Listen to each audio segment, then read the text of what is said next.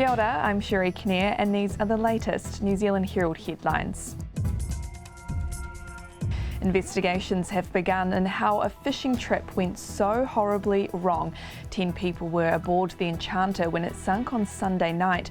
Experienced skipper Lance Goodhue raised the alarm at about 8 p.m.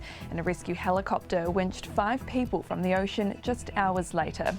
4 bodies were recovered yesterday and the search for the remaining missing person continues today. The Transport Accident Investigation Commission's Harold Hendel says investigators will speak to witnesses and survivors over the coming days. What they've seen, what they've heard, and what they've sensed, to try and piece together what happened, and then to see if the witness statements line up, of course, from different perspectives. Ruapehu residents are being urged to stay calm but keep their ears to the ground. GNS Science has moved Mount Ruapehu's volcanic alert level to 2 amid rising temperatures in the crater lake and strong tremors. Ruapehu's last eruption was in 2007. It lasted about 7 minutes and spread ash, rocks and water across the summit area. People are being told to watch for advisories from GNS Science and the Department of Conservation. New Zealanders have been left in the dark for another day over the next steps in our response to the pandemic. But the Prime Minister says the government has long signalled COVID restrictions will relax as cases ease. Jacinda Ardern will make an announcement tomorrow after a cabinet meeting yesterday. It could include changes to vaccine passes, mandates and the COVID protection framework. She says officials have taken into account advice from experts on the best time to adjust the restrictions.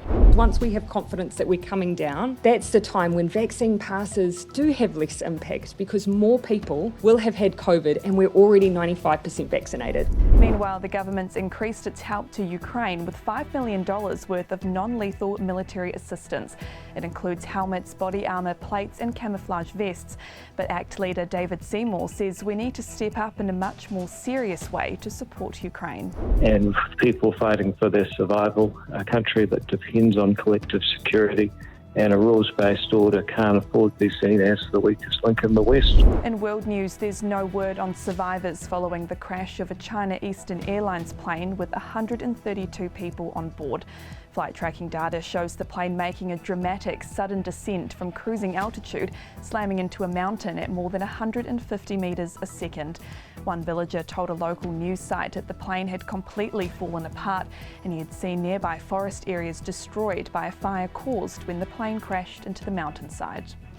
And a hybrid variant of COVID-19 sharing characteristics of both the Delta and Omicron strains has been detected in the US and a number of other European countries. Scientists believe the mutated Deltacron strain emerged from a patient who was infected with both strains at once.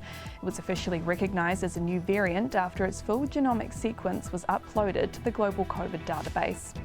And those are the latest New Zealand Herald headlines. For more and to stay up to date, head to nzherald.co.nz. Thanks for checking out our YouTube channel to stay up to date with all the latest news from the New Zealand Herald. Click the subscribe button below or check out one of the videos here and head over to nzherald.co.nz for more details on these stories and more.